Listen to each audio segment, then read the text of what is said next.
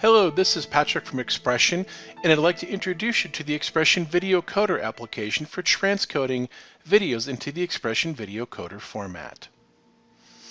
When you install XPression on a system, you also get a couple of additional applications, and one of them is the XPression Video Coder. On the desktop of the computer, you should find an application icon for XPression Video Coder. Double-click it to launch the application. What you'll notice is the application is really split into three main sections or four parts. On the top left side is the source panel. On the top right is the target panel.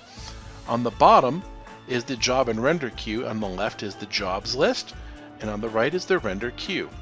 Let's go back up to the top left for source. Source is the original video material that you're working with.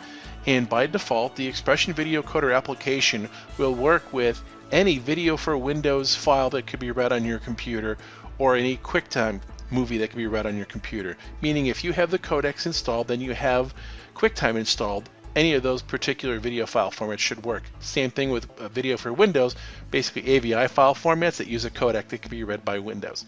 So this product works in a jobs-based workflow. So we're going to go and create a new job, and you can either go up to the top to the file menu and click new job, or you can come down to the jobs list and click new job, which is what I'm going to do here.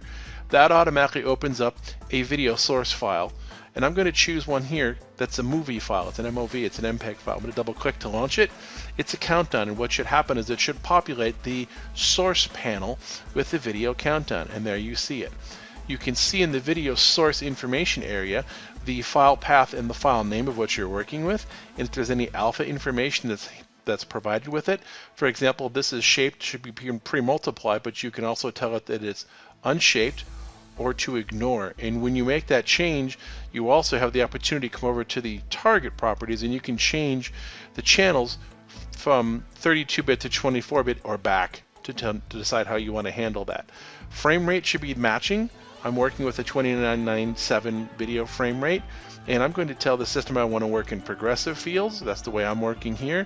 I could also be working in field rate rather than frames, and that would be defaulted to whatever frame rate that you're working with, or field rate, whether it's even or odd as your first. I'm going to be working in progressive. So what you'll see on the left side, again, you see the source information. You can see that I'm working with a 32-bit file. You can see it's 1920 by 1080. The frame rate is 29.97. It's 330 frames, basically 11 seconds, and the aspect ratio is 16 by 9.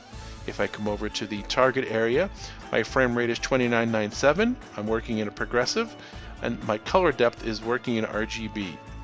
The output file path is also listed here. If you click on it, you can go ahead and you can change it. By default, it takes whatever the file name is on the source material and changes the extension to .avi. I'm going to leave it like that for now. I'm going to click Save. I'm going to come back down to my jobs list, and I have a button here that will let me send it to render queue. And by the way, I can have multiple jobs here and send them all over at once, or I can just do one job at a time, which is what I'm going to do here. I'm going to click to send to render queue, and that will put it into the render queue, and while it's there, it's waiting for you as the operator of the application to tell it to render. So I'm going to click on the render button, and you'll see there's a progress meter over here on the right side of the render queue giving you a status of how that project is rendering. So what this is doing, this is going to convert the video file that I've given into the XPression Video Codec. So while this is rendering, I'm going to go over into XPression and get myself set up to work with this file. Okay, we're in XPression now, and I've got a blank project here. I'm going to go ahead, and you can see I also have no material, so I'm going to go ahead, I'm going to right click in the Material Manager, and I'm going to add new video. And the file that I created was called Universal Counting Leader.avi, so I'm going to double click on that, and that'll add that in as a material. And before I actually go to use it, I'm going to right click, I'm going to choose Edit, I'm going to choose the video layer, and I'm going to do two things here. I'm going to turn on auto start, and I'm going to make sure that my video source for the alpha channel is where I need it to be. Right now it's pre-multiplied because I really don't have one.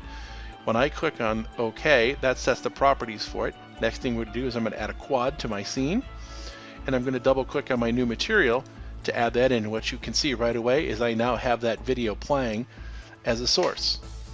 So that tells me that I've put it in and it's working perfectly. If I was doing this for use with expression clips. Instead, I probably would have put this into the encoder manager, or I would have found it and used the import tool that's inside the video capture section.